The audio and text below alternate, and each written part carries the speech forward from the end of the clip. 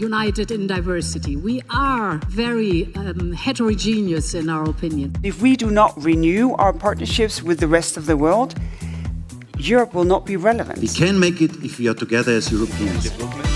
And looking ahead.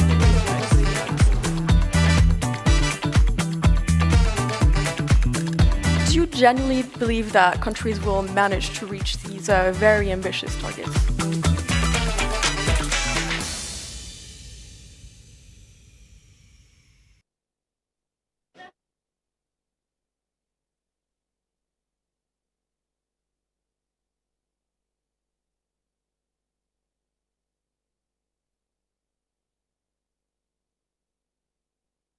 Please take your seat. Perfect. We'll have the microphone working. Good afternoon, everyone. Please take your seats in the room here. My name is Louise Guillot. I'm a sustainability reporter with Politico, and I will be your host for today's event, which is entitled "Walking the Talk on the European Oceans Pact." It's co-sponsored by the Oceano Azul Foundation and the Europe Jacques Delors think tank.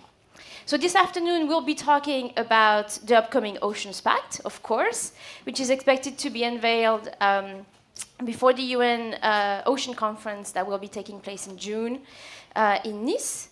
But also, will we be talking more broadly about how to improve ocean governance and preserve both the oceans and marine resources, and also the activities that depend on it. But before we dive in, I need to do some few housekeeping remarks.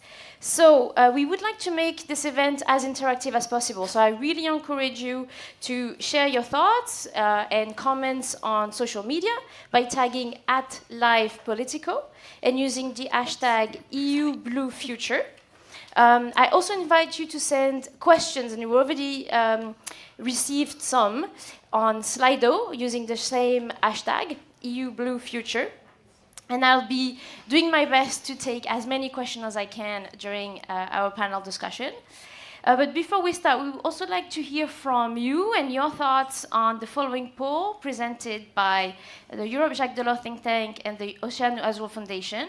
The question is, what actions could unlock the full potential of the European Oceans Pact? So we'll look at the results of the panel, of the poll, at the end of the panel.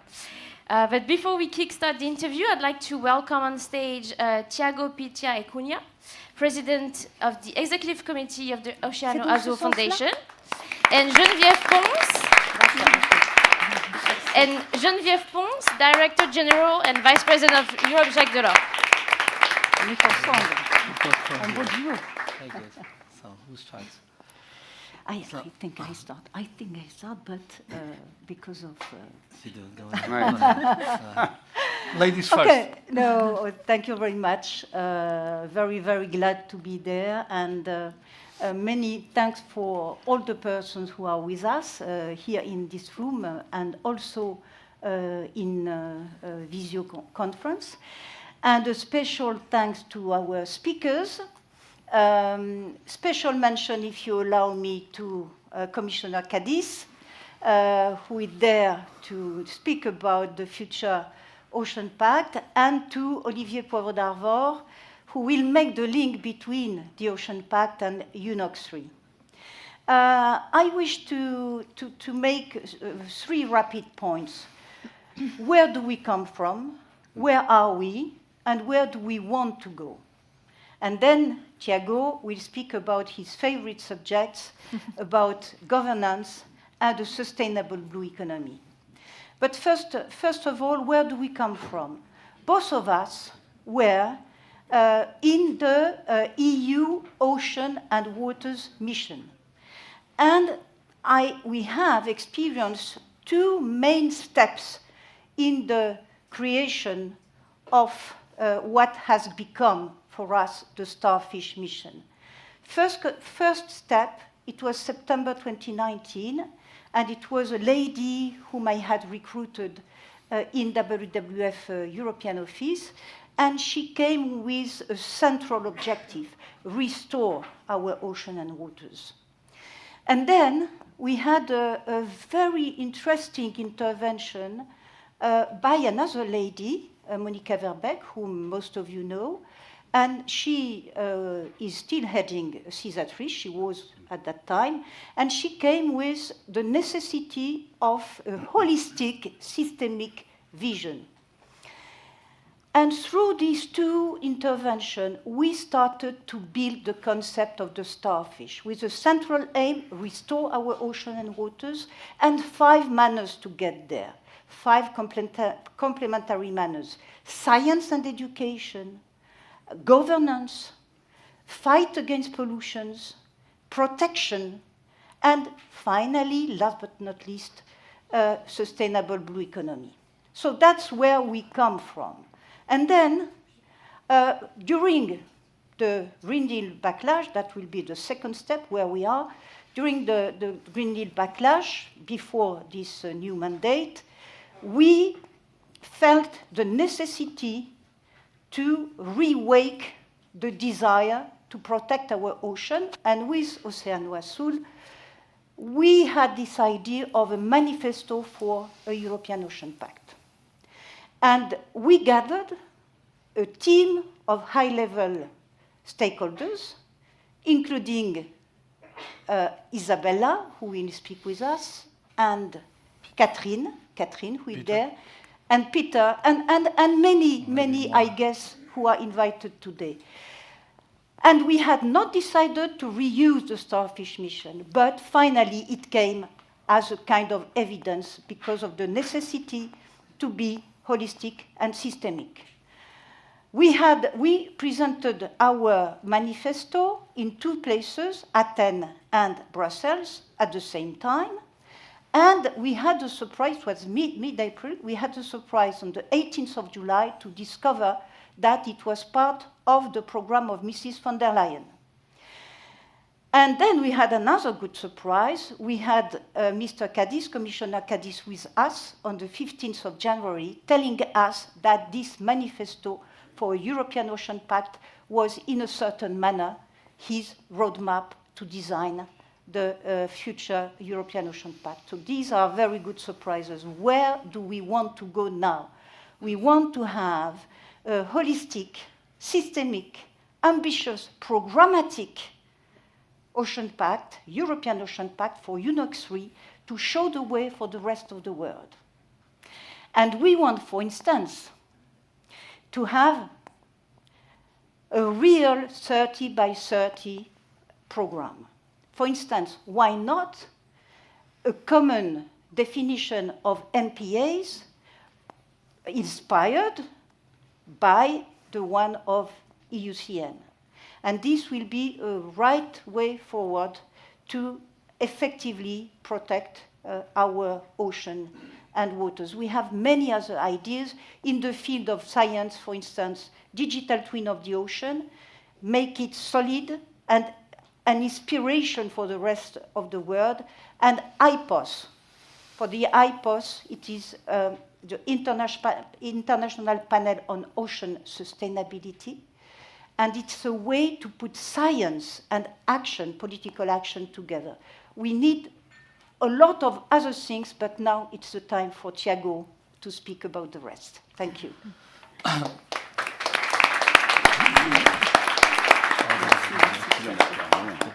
Thank you very much, Mr. Commissioner Costa Cadiz, Ambassador Flávio d'Arvor, friends, ladies and gentlemen.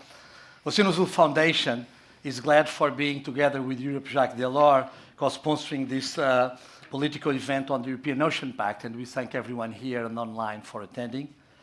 I only have a brief moment, so I will focus on why we need such a European Ocean Pact and why it is important. And I think that there are several reasons that are equally important reasons. But the first of all, I think, is that we need to understand that there is a crisis looming, actually growing in the ocean, and that when we speak on a planetary crisis, we need to speak not only of climate and biodiversity crises, but we need to speak also of the ocean crisis. I mean, we are still not on a path to recovery, but we are still worsening the environmental condition of the ocean. And to have this recognition is very important, including within the Union, where we're still seeing growing coastal pollution and less fish stocks and biomass in the ocean. An ocean pact should be our responsible response to this.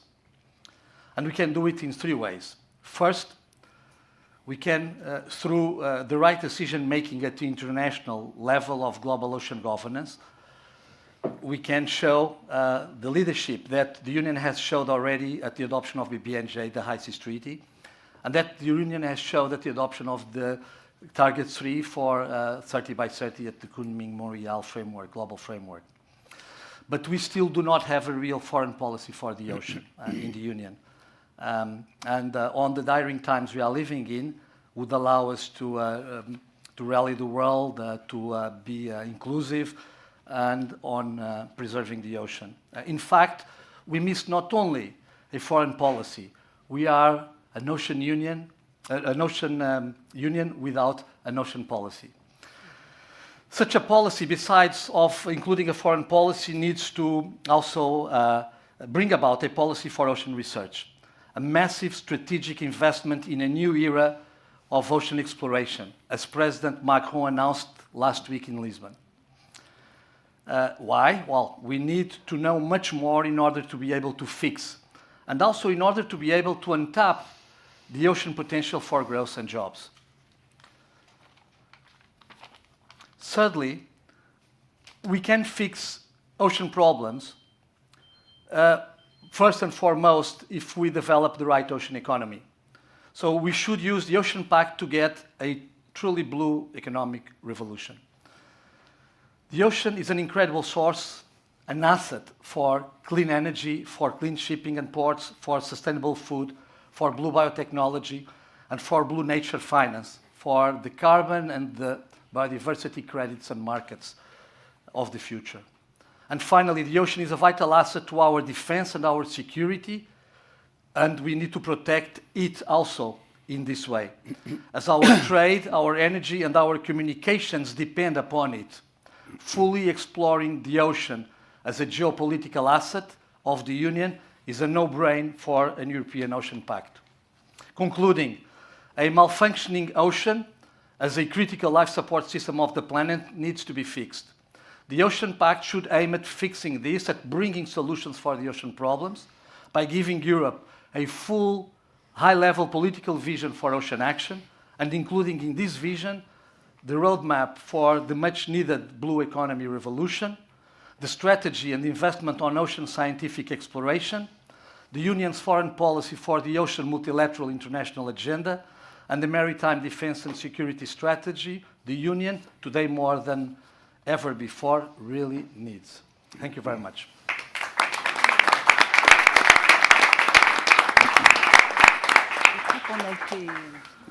Thank you both. Let's get right into it, and let me welcome Commissioner for Fisheries and Oceans on stage, Kostas Kadis, please.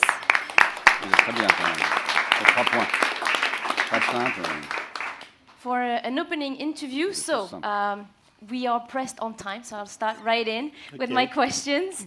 Thank you very much, Commissioner, for joining us. The European Commission is organizing, obviously, this week the European Ocean Days, which are meant to inform also the drafting of the Pact that we talked about in introduction. And I'm sure you already started working on it. So it'd be great if you can tell us maybe a little bit more about its content and what that is. I know it will have like 5 pillars, but can you tell me a bit more about the targets that you'd like to include also in this Pact? Yes. First, let me thank you and the organizers of this event for organizing the event and for giving us the opportunity to discuss a little bit about one of the main priorities under my portfolio, the development of the Ocean Pact. I think we are all here today because we all recognize the immense importance of the ocean and the health and the resilience of our ocean is critical not only for the planet's well-being, it is extremely important also for the European competitiveness at the global stage. We therefore have to make sure that the policies that affect and they are affected by the ocean are well organized, are harmonized, and they are not conflicting. And the way we implement them we secure, we safeguard the health and the resilience of our ocean, but at the same time, we leverage its vast potential. This will be the purpose of the Ocean Pact. It will be a single reference strategic framework under which all the ocean-related policies will be placed in a coherent and harmonized way. So what it will be in the Ocean Pact? We are in the middle of a consultation exercise, an extensive consultation exercise. Therefore, I cannot say precisely how the pact will be structured or what will be exactly the content. However, we already know that there will be some key priorities and areas of interest. The one was already mentioned, the developing of a sustainable blue economy. There is a lot of potential there, but the prerequisite for that is to safeguard the health and the resilience and the productivity of our ocean. So another area of priorities, another priority area is the securing the health of the ocean. Then we need to ground our ocean-related policies on sound knowledge. Therefore, developing a robust knowledge framework that will support the implementation of our ocean-related policies will be essential, and that will be another of the main priority in the Ocean Pact, and the role of research and innovation in this direction will be again critical. Then we need international ocean governance. It is very important. I mean, the challenges that the ocean faces are not local. They do not recognize borders. So we need to mirror the policies of the European Union at international level. So again, a coherent global ocean governance is essential.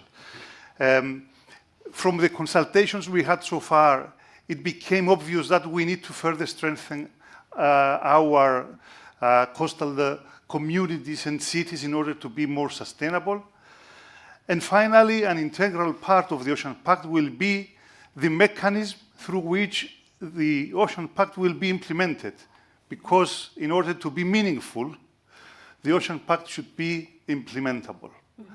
And we need to set a mechanism that will secure the implementation of the pact. It will monitor the progress and it will address any difficulties that will arise. And will that be a legislative proposal, or are you looking to include specific indicators, performance indicators in the content of the pact to kind of track that progress? Yes, definitely there will be indicators through which we will measure the progress. But as far as the content and the ways that the Ocean Pact will be implemented, there are some ideas. There are ideas for example, for key actions through key initiatives that will be included in the Ocean Pact, and they may include legislative action, but action that will be in line with the wider political priorities of this European Commission. Sustainability, competitiveness, reduction of red tape, simplification, energy transition, innovation, all these guidelines, all these political priorities should be reflected in the initiatives that will be included in the Ocean Pact. We also seek, through the Ocean Pact, to have policy integration, to integrate our ocean-related policies so that to ensure that the environmental and economic strategies are also integrated. We need to focus on education and awareness of the people. That was one issue that was raised very, very intensively, I would say, by the young people in our very interesting discussion that we had this morning, the importance of public awareness and public education. And I believe that our policies is more likely to be effective and successful when they are implemented by citizens that are well aware about the importance of the ocean. And so you talk a lot about implementation of existing and I guess also future ocean policies. That also requires funding, money. So how do you intend to find and secure the required financing and investment to put in place the policies that you will be detailing in the Ocean Pact? Do you want a European Ocean Fund as part of the next EU long-term budget? Yes. Yeah. What are you? Yes, how are you going to secure that? It is not easy to say right now what the funding mechanism will be, because we are in the middle of the development process of the next MFF, and we are in the middle of the consultation exercise for the Ocean Pact. What I can say is that funding will be a critical factor for the implementation of the Ocean Pact, and we have to secure that there will be adequate funding to support what will be in the Ocean Pact. So you've got commitment from President von der Leyen that there will be enough money? I mean, there are some funds allocated to the activities of my portfolio. I will make sure that these funds, a large part of these funds will be allocated towards the implementation of the Ocean Pact. I cannot say now if it will be an ocean fund or it will be a better alignment of existing instruments. This will be, I can be more precise in a few months when things will be more clear. But definitely we will need to have funding. We will need to establish synergies between different funding mechanisms that exist in the European Union so that they are more effective, like, for example, the different funding schemes that support innovation. We need to incentivize and further promote private investment, maybe through redirecting some of the budget for direct grants to blending. And definitely we need to further support and to strengthen our support to initiatives that have been very, very successful, like the Blue Invest initiative that will be further presented during the week. Initiatives that have already produced tangible results, and they are, everybody accepts that they are successful. We have to further support them because it has been proved that they produce tangible results. And as we reach the end of this introductory interview, I'd like to also ask you about some of the how you're going to achieve some of the goals of that are already in EU policy. I'm thinking about also one that Ms. Pons talked about in her introductory remark, the idea of increasing marine protection to 30% by 2030. How concretely do you want to achieve that when the EU currently is around like 12% of its oceans being protected? Well, the European Union is committed to the targets that were included in the Biodiversity Strategy 2030. And there the targets are clear. Of course, we have to admit that the targets of the biodiversity strategy are not legally binding. But the Nature Restoration Law has binding commitments. What is legally binding is the targets in the Restoration Law, which is a very good means to achieve an increase of the marine protected areas. What I can say and what I can commit is that we have and we will have in the future the means to support the member states in in terms of know-how, but also in terms of funding, to delineate, to designate protected area and to support them in their adequate and effective management. But this is under the competence of the member states. The European Union will provide support. And regarding the nature restoration law, this is not under my responsibility, it is under the responsibility of Commissioner Roswell. I know that there will be also enforcement. I mean, the European Commission will examine whether the member states have already achieved the targets set in the nature restoration law. Okay, thank you very much, Commissioner. Please remain seated as I turn to the panel and welcome our other speakers. So we have Green MEP Isabella Lövin, a member of the Fisheries and the ITRE committees and former Swedish Environment Minister. Please sit, here, wherever. Olivier Poivre d'Arvor, France's ambassador in charge of poles and marine issues and special envoy of the French president for the 3rd United Nations Ocean Conference. Thorsten Tiller, founder of the NGO the Global Ocean Trust, and Marta Cavaillé, Executive Secretary of the Low Impact Fishers of Europe platform, which represents and supports small-scale fishers. Thank you all for joining me for this panel discussion today.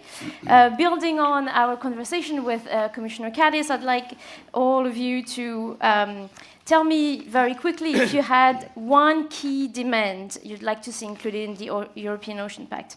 What would it be? I'll start with you because you're next to me, MEP Lövin. Okay, I wasn't prepared for that one, but just one key demand. One key demand. I think we need a binding framework.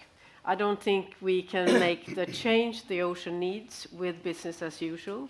So we need something really legislative and making sure that member states and the union actually live up to the targets that we have set.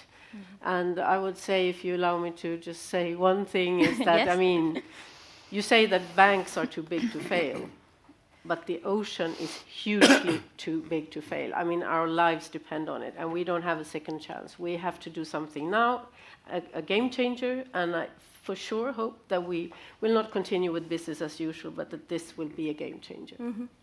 Ambassador? The same for me? Yes. One key demand for the Ocean Pact? 3 key demands. Science first, science second, and third, science. So as Geneviève told us, we know so few on ocean. And while some plan to capitalize on Mars, I'm sure we do all we are here, plus UK, plus Norway, plus India, China, and other countries want to go to Neptune without any Elon Musk, but with our own strengths, with our incredibly main EEZ.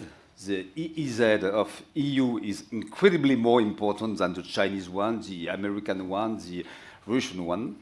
And we have to do that in a vast program, a mission, a kind of mission of Neptune mission, to explore in 10 or 15 years, I would say, linked to the ratification of the BBNG Treaty, the high seas, why not the deep sea as well, to know exactly what we are speaking about, because we still don't know. We know that we don't know, which is not an issue. So it's what I'm sure Mr. Cadiz will help to provide in this incredibly good occasion we have, the first one since a very long time, since I would say 82, last century, and the ocean is a very new issue. It has 43 years. In fact, it was born in Montego Bay.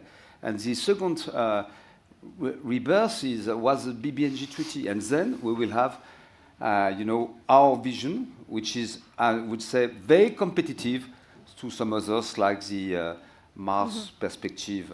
A dream. We need a dream. Science. And this is a dream. This is a dream at the end. Ms. Cavaillé, one key demand from your side for the Ocean Pact. Okay, because we want to have small-scale fishers at the heart of the Ocean Pact, and we urge you, Mr. Commissioner, if you could do that. Because we think that small-scale fishers is more than a job, and it's more than a cultural heritage that, as we are normally presented. We are a way of life deeply connected to the sea and its good state. We are custodians of the sea because we fish in a low-impact manner, and we are actors of change to preserve our resources.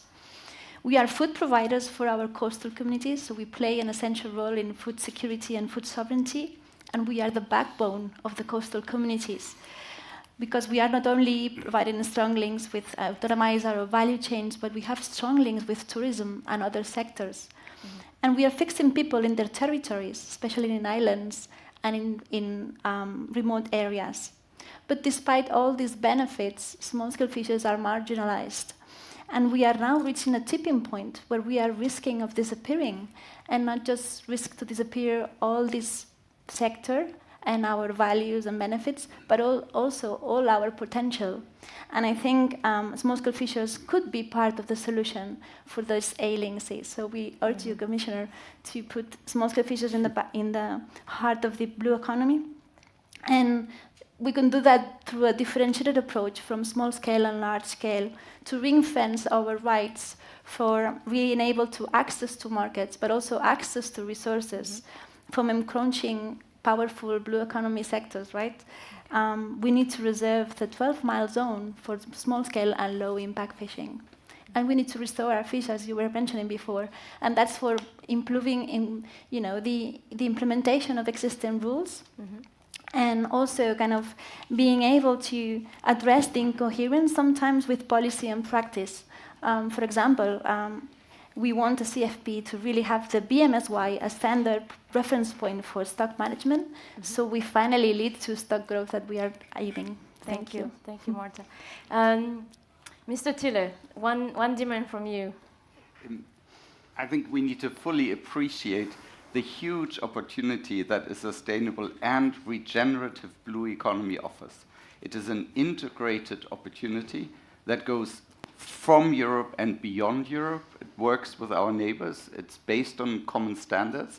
And that regenerative opportunity in itself is a crucial investment thesis. And so we need to understand that opportunity that comes from understanding what healthy blue natural capital looks like, how this can be an asset class for large-scale private investment, how the EU can help channel and bridge between that need for an integrated blue infrastructure and the opportunity that comes from that, so that we do get to that point of recovery of ocean health, so that we can use these common frameworks of governments, these common taxonomies and common standards that we've already started to develop in order to actually have this real economic impact. Commissioner Cadiz, I'll let you reply to some of these ideas. Are any of them already in your draft? Yes, I mean, I have already referred to the role of science in building a robust knowledge framework to support the policies, the ocean-related policies. I did not make an explicit reference to small-scale fishers, but definitely it will be in the heart of the blue economy because we recognize their importance. They are 76% of the fishing fleet of Europe and an integral part of the identity of our coastal areas. And we are having soon a meeting in order to discuss how we will promote and how we will support small-scale fishers.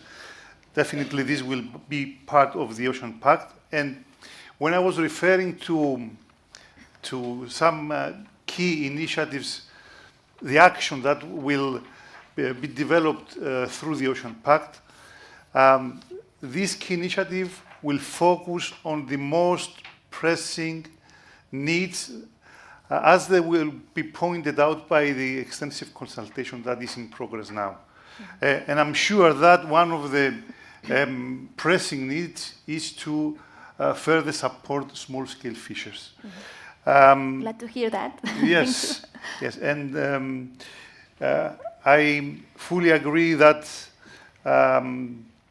through the Ocean Pact, the preservation of the environment should go hand in hand with harnessing its vast potential, and it is a very important opportunity that we have to utilize.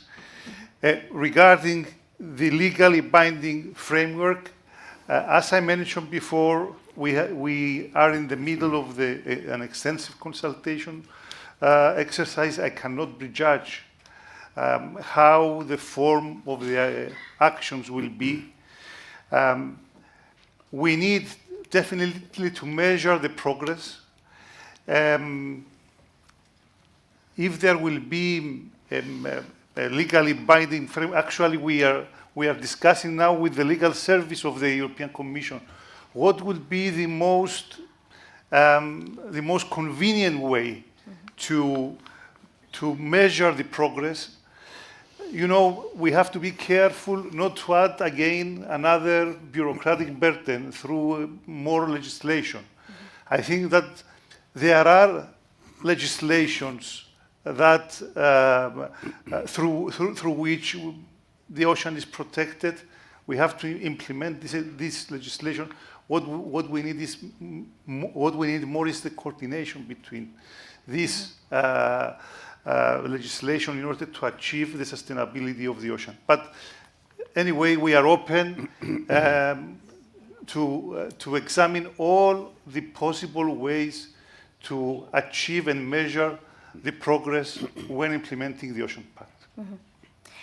Yeah, Ms. Levin, I actually wanted to get to you on this question, and maybe if you can tell us a little bit more so about like what's maybe been going wrong according to you when it comes to EU governance of the oceans and when it comes to implementation of marine policies. I mean, we've seen there are also difficult trade-offs when it comes to activities in the oceans between fisheries, protection, transport, renewable energy. So how can you like kind of address those trade-offs as well with these new policies? What kind of reforms do we need there?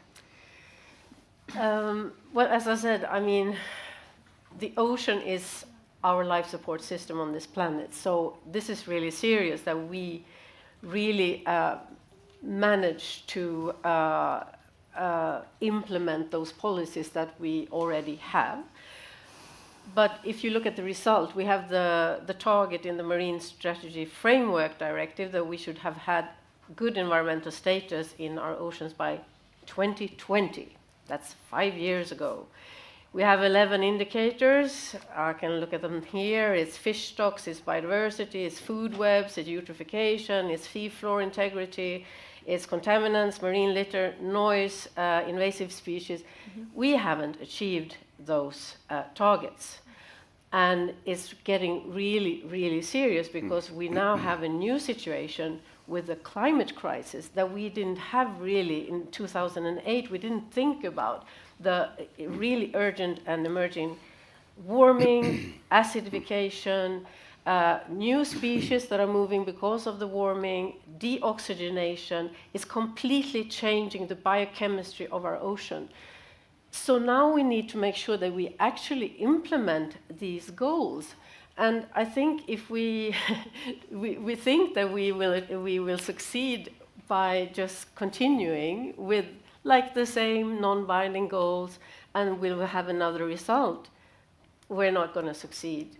So we can't just have a new strategy, a new document, a new roadmap that we put on our shelves, and then in 10 years' time we will say, no, we didn't succeed this time either. I can see in my own neighborhood, the Baltic Sea, the extremely destructive results of the policies that have not been implemented during the last 20 or 30 or even 40 years.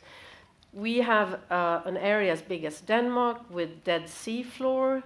When the storms are pushing the water to the surface, you can feel the sulfurous kind of odor and smell in the island of Gotland, so people don't actually go out because of that. The cod stocks have already collapsed. The small-scale fishermen they are not making a living at all, because it's only the big trawlers that can catch herring and sprat. By the way, the catches go to to fish meal to feed aquaculture in Norway. This is kind of the definition of non-sustainability. Then we have PCB and dioxin, new PFAS, and whatever comes from the agriculture and also comes out into the ocean. This is kind of the example of where we need a holistic approach. We can't have agriculture policies here, pollution and chemicals there, and fisheries here. All the ministers needs to get together and have a joint plan, a recovery plan, and that goes for all the sea basins of European waters. Yeah. And I think real coordination, binding targets, is the only thing that can do that. And we cannot have fisheries ministers kind of just managing fish stocks without taking all the other factors into consideration. Working in silos. Maybe, Ms. Cavalla, I'd like to take you on to this question, just to, if you can tell us a little bit, very briefly, how you kind of handle also these kinds of conflicts and trade-offs in coastal communities. Sure, with pleasure. Actually, I totally agree with Mrs. Lovin, what she just said. I think the problem is that the blue economy narrative of win-win-win is fallacious and dangerous, because not everything fits. We are seeing normally the oceans as a space, and we need to give a piece of a pie for everyone. And I think we are forgetting that, the oceans is the living ecosystem, and it's impacting, and there is a cumulative impact as well that is going to reach them. So not everything is compatible, and we need to acknowledge that. Here, small-scale fishers are key actors, but also the most vulnerable in this kind of competitive movement, environment of powerful sectors and emerging sectors as well. So instead, what we would like to see is there's this blue donut approach to blue economy, right? So we can look at the social foundations and also respecting the ecological ceilings. And within this space, we can see then what is more compatible and what is the coherence aspect of the blue economy. We need to strengthen marine spatial planning as well. Small-scale fishers really, truly, participating in their design. And as you were mentioning as well, integrated coastal management, so land and sea interactions are really addressed. So we know if there's pollution, how we can address this collectively. Thank you very much. And there is also the issue that we briefly discussed with Commissioner Cadiz earlier in the interview, which is the one of financing these new policies.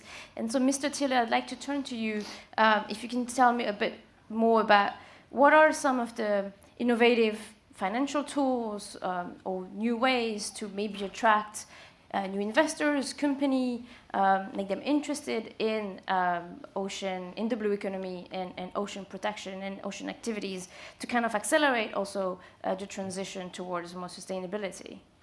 Yes, I believe we have a huge opportunity around blue finance, around innovative finance mechanisms, both specific mechanisms, but also the integration of these mechanisms at every scale of our blue investment journey. The Commission already referred to Blue Invest, which has been instrumental in getting new venture capital finance and new impact efforts from funds. But that is at the smaller end of the spectrum. At the same time, at the larger end of the spectrum, we have financial instruments like blue bonds that can very efficiently raise large amounts of money. What we need to create is the structure between these larger pools of funds and the specific opportunities on the ground. And there are a whole range of spectrum that we can work on, from guarantee structures, blended finance was mentioned, catalytic finance is mentioned. What is so important is to link it with the ecosystem-based management mandates, so that that finance has a clear purpose, a mission that is towards regeneration. And that is why that regenerative component of the sustainable blue economy provides such an important framing and guidance. And so as we work on 100% sustainable ocean plans, as we work on integrating these different approaches in Europe and beyond, as we work towards UNOC and towards a one ocean finance architecture that at the larger global scale can support that. The EU can play a critical role here. We already have a whole range of financial institutions, the EIF, the EBRD, all of these are European institutions that already are working in this direction, but it needs to be moved to an additional level of public-private engagement, to that coherence, and that's why the European Ocean Pact can be such an important guiding document to actually deliver that finance, because the opportunity is clearly there. We need to increase the total funding in that blue space by a factor that is beyond what can be provided by public finance. But private finance is available, it can be structured. We have a real opportunity here, and this is what's so exciting about this space. Thank you very much. As we reach more or less the halftime in our panel discussion, I'd like to take some questions from the audience from Slido. We have a couple that are around the same theme, and I think are directed to you, Commissioner Cadiz, which are about how to better implement also existing ocean conservation policies and law, about like whether there are like specific plans to increase enforcement and to ensure a better implementation of existing legislation. And there is also a question about whether there will be restrictions or any rules specifically about bottom fishing and bottom trawling in the Pact. Commissioner. Yes. Yes, increasing enforcement is it's among the political guidelines of President von der Leyen actually, and it is also in my mission letter. To be honest, we have I think in the coming days one meeting with the services in order to see how we further promote enforcement. It is in our priorities to increase enforcement where there is, especially where there is legally binding target that is not met by the member states. The second question, it was about bottom trawling, whether there will be specific actions regarding bottom trawling. Yes. Rules? The bottom trawling, I'm sure that our friend refers to bottom trawling in protected areas. This is the debate that is taking place, whether the bottom trawling should take place in protected areas. Well, the answer, and I speak now as a biologist, it depends. It depends whether bottom trawling has a negative impact on the targeted species, habitat, or ecosystem that is protected in the certain protected area. And if there is a negative impact, then bottom trawling should not be allowed in a protected area. If through an impact assessment, there is clear evidence that bottom trawling will not negatively affect the targeted species or habitat, then, especially for example, in Natura 2000 areas, there is no strict banding of all economic activities or all human activities. Activities that are compatible with the protection of the targeted species and habitats can continue. So this is the approach that we follow in such cases. Okay, and I'd like to now take the opportunity for the end of our discussion to talk a little bit more about the upcoming UN Ocean Conference in France and your expectations for that. So I'd like to turn to you, Ambassador Poivre d'Arvor, as you're very much involved in the preparation of that meeting, to tell us a little bit how what are some of your expectations for this ocean conference, especially as we are in in a moment where geopolitical tensions are rising, multilateralism is being questioned by some countries, especially the United States. So where do you see this conference fitting in maybe, I don't know, creating new momentum for handling sustainability of the ocean, which is a global problem? Thank you. As the organizer, with the help of Costa Rica, of this conference, which takes place exactly 100 days now, I'm quite confident, I would say. And I'm more and more confident. Look at this debate, which appears as a very surrealistic scene in Washington Thursday. We were with Mr. Macron in Lisbon, in your place with you. And when Zelensky was, trying to explain the difference of power between this man and him, the small one, he said, you have a wonderful ocean. He said, you have a wonderful ocean. And what does it mean to have a wonderful ocean? That means you are powerful with that. And I repeat what I said. EU plus Norway plus UK, 27 million kilometers square. US 10. China 3 with Taiwan. And Russia 6 or 7. That means when you know what you have, and that's very important, you are very rich, Commissar, plus UK, plus Norway.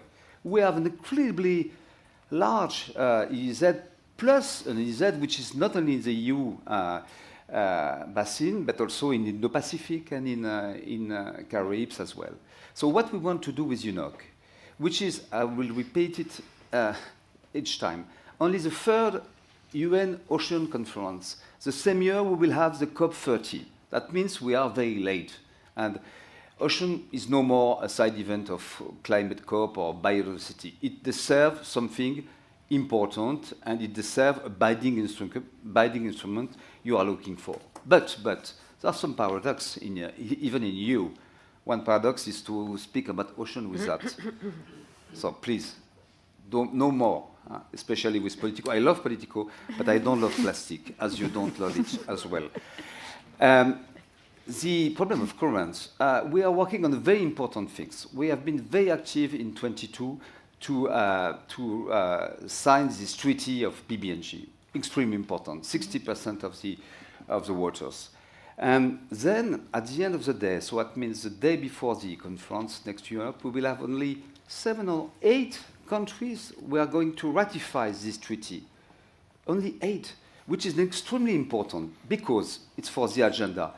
If we ratify and if we can implement this BBNG treaty, we can have a COP, and we deserve a COP BBNG, which will be extremely important to know more about the water column, to know more about the resource of halieutic, to know more about the genetic resource.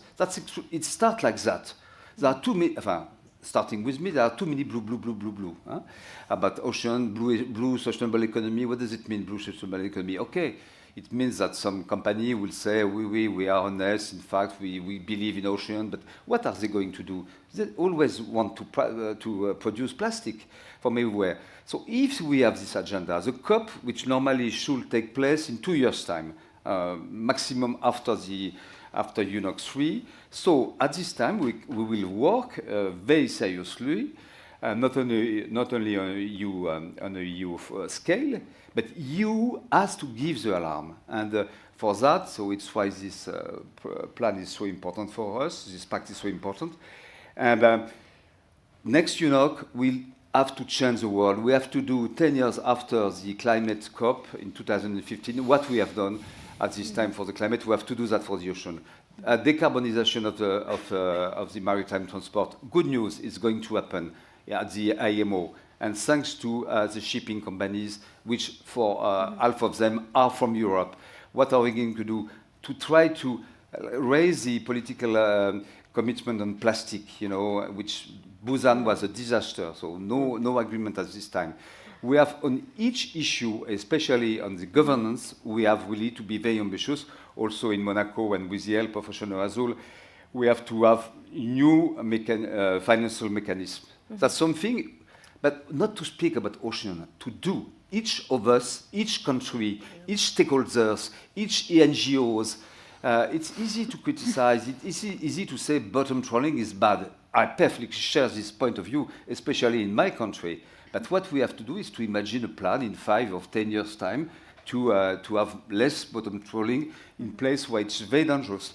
And we have also to be very clear on the deep sea mining. We don't know enough about deep sea.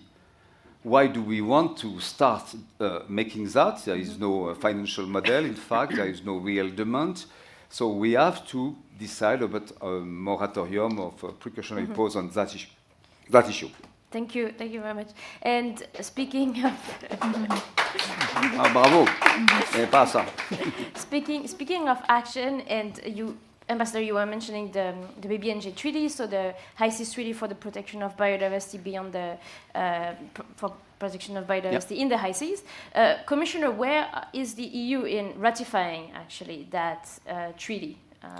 Because we need still ratification to hit 60 ratification. I think I was looking earlier this morning that we have like, I think 18 countries so far have ratified, so we're still quite far from this treaty actually entering into force. We will have the 60 ratification. Unfortunately, not enough from you, but we'll try to do So where is the EU at in this ratification? Yes, the EU is ready to ratify.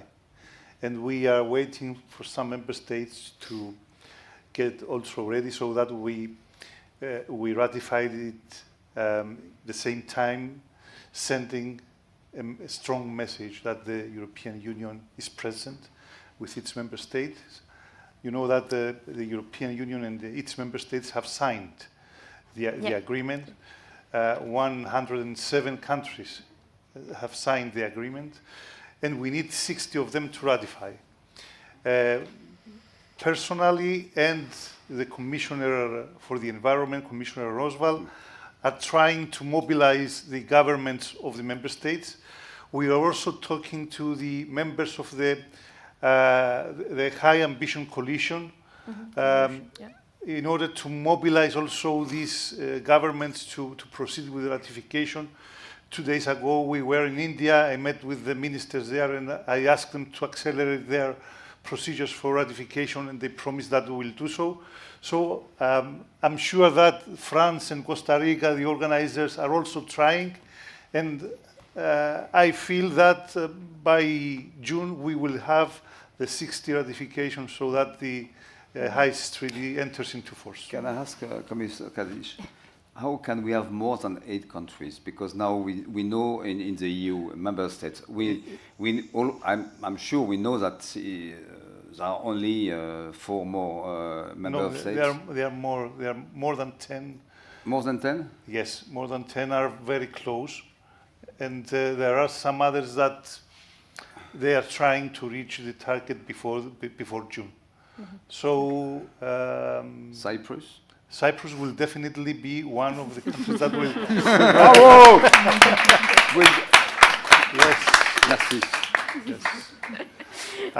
Yes. Great. I met with the president for this issue, and I asked him to. Thank you. Yes. Okay. So Cyprus will definitely be on the list. Great. I'd like to turn to you, Mr. Tiller, if you can just tell us a bit more about your expectation for this UN Ocean Conference. What and how do you see also fit in this broader context of difficult multilateralism and difficult geopolitical tensions among countries? Sure, and I think just following on from the discussion we just had on BBNJ, I think we already need to think beyond ratification. We're helping countries, the EU is helping countries around the world to go through those processes, but we need to start on the implementation. We need to think about the scale of ocean protection and ocean solutions that we want to deliver on. And that's why I refer to this One Ocean Finance Facility. That is that kind of larger thinking that will allow us to make UNOC both an example of what is already being done in various places, but also to take it to that next phase, next scale. That's why this is such an important breakthrough. And I think back to the point that Ambassador Pravador made at the beginning, science is key. So we have the UN the One Ocean Science Congress to kick off that whole process. So bringing all that together and at UNOC having that commitment, and that's why it's so important that the EU is there in full force to actually support all the countries present, because we have a UN process which in itself has the challenges of different countries' engagements with that global space. But we can play such a prominent role in that context. And the engagement, I've just come back from Tanzania, that comes out of Africa into that is crucial, Asia, Latin America. So that's where the real opportunity lies. Thank you. And I'd like to get to finish with you as we were slowly wrapping up our panel with you, MEP Levin, about indeed the importance of this UN Ocean Conference, but also if you can tell us a little bit more about, as we see growing competition for natural resources, for land. I mean, US President Donald Trump is actively looking, has been looking at Greenland, for example, to seize or to look at how to increase, to secure critical minerals. We talked about deep sea mining a little bit. So how do we ensure that this competition for critical resources remains sustainable, that if the EU decides to go for harvesting at some point, which is not the case at the moment, but that this remains also within the limits of the planetary boundaries? Okay, thank you for that very important question. And at this very critical time in human history, I mean, the rules-based world order is actually being threatened now by the United States, where we hear Elon Musk now saying that the US should leave NATO and the UN. I mean, and the president has talked about Greenland the way you described. So what do we need to do? I mean, we need to stick together as EU and stay strong and be really serious about what we need to do to protect our planet. And it's about actually protecting ourselves. And I completely agree with the ambassador on the moratorium, or the total ban rather, on deep sea mining that the EU now should really stick to, and in the name of science and also civilization, that we also need to know what we're doing before we do things, and we don't know what's deep down there. There's too little knowledge. And I think the precautionary approach, if I also can return to the European Union, we need to get back to what that actually means. And it means that if you don't have enough knowledge about something, it's no pretext for going ahead and doing something. It's the contrary. If you don't know something, that's enough to say, well, we shouldn't go ahead and do this exploitation, or to go on with your activity, even though there's economic interests behind. And that's also, I think, something that we need to apply when it comes to our own ocean governance as well, because we are in a very unknown place right now with the climate crisis. And then adding to that, the political forces that really don't believe in science, don't care about it, and just put their own self-interest first in each and every decision. And there we need to show by example how we want to proceed. And I think on science, there's a lot we need to do to change also, and I turn to the commissioner now, how we ask the scientists on advice for any exploitation that we do, including fisheries, because now we're talking about MSY in the Common Fisheries Policy. Marta, you mentioned the MSY, which is, I think, a more valid kind of measurement on what we want to achieve. We want to have biomass. We just don't want to have an exploitation level, which is kind of very, very theoretical. But we need to rebuild the stocks and rebuild our seas, as was said in the beginning. And that goes for the European seas, of course, also globally. But what we can do, I mean, show by example, that is the best we can do. We can ratify all these international treaties, including the one on scrapping subsidies for fossil fuels in the WTO, which was not mentioned yet.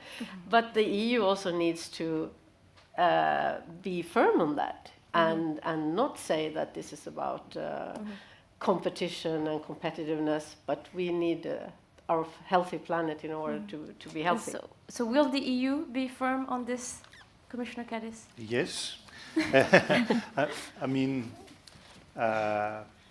especially in relation to deep sea mining, the position of the European Union is very clear. Very clear. We cannot even think of deep sea mining unless there is no knowledge gap.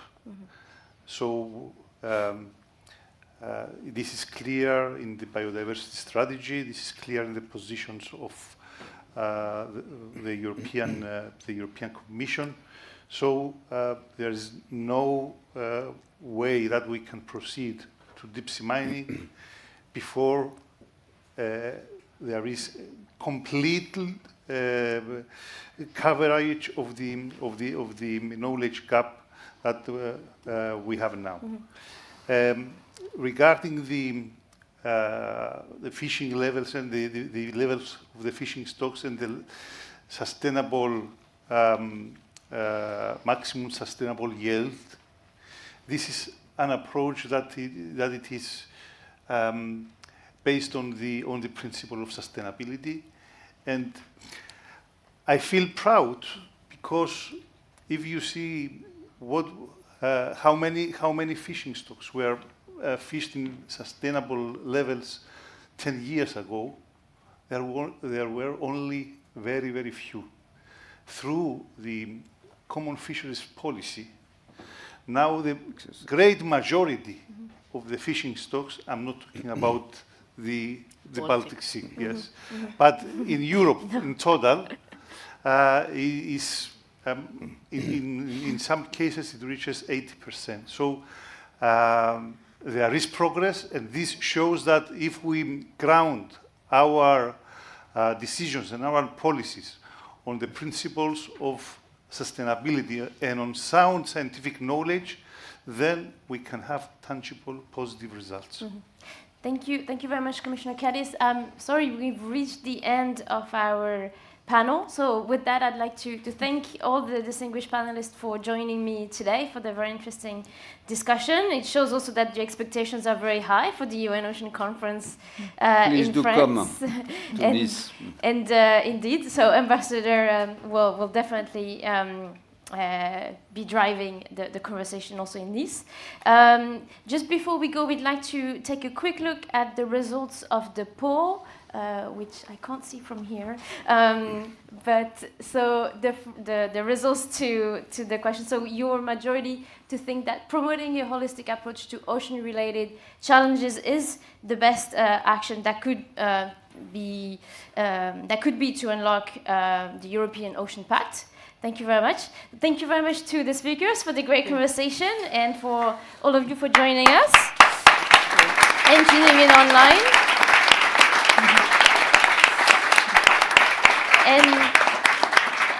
And a final thank you to the partners who made this event possible, the Oceano Azul Foundation and the Europe Jacques Delors think tank. Thank you. Bravo. Thank you.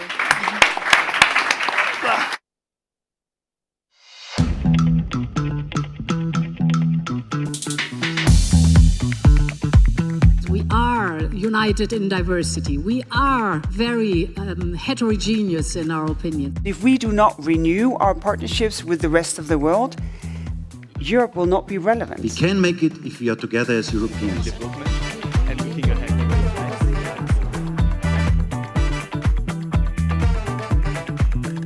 Do you genuinely believe that countries will manage to reach these very ambitious targets?